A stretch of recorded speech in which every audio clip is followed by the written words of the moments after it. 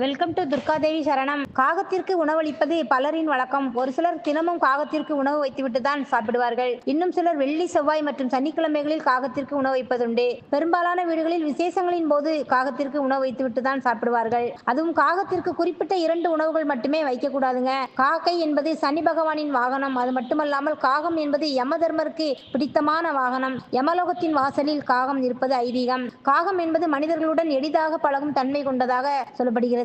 ஆன்மீகத்திலும் காகத்திற்கு தனி இடம் உண்டு. காகத்திற்கு உணவு வைப்பதன் முக்கியமே காரணம் நமது முன்னோர்கள் காக்கை வடிவத்தில் உள்ளார்கள் என சாஸ்திரங்கள் கூறுவதாகும். விபத்துக்கள், அசம்பாவிதங்கள், முன் ஜென்ம பாவங்கள் போன்றவை காக்கைக்கு உணவளிப்பதால் தடுக்கப்படும் என்பதே நம்பிக்கை. மேலும் காகம் கரைந்தால் வீட்டிற்கு விருந்தினர்கள் வருவார்கள் என்றும் நல்ல செய்தி வந்து சேரும் என்றும் நம்பப்படுகிறது. காகத்திற்கு ஒருபோதும் அசைவ உணவுகள் வைக்கக்கூடாது. மாமிசம் சாப்பிடக்கூடிய பறவையாக இருந்தாலும் கூட நம் கைகளால் மாமிச உணவுகளை வைக்கக்கூடாது. அடுத்தபடியாக எச்சில் பண்டத்தையோ அல்லது பழைய உணவையோ வைக்கக்கூடாது.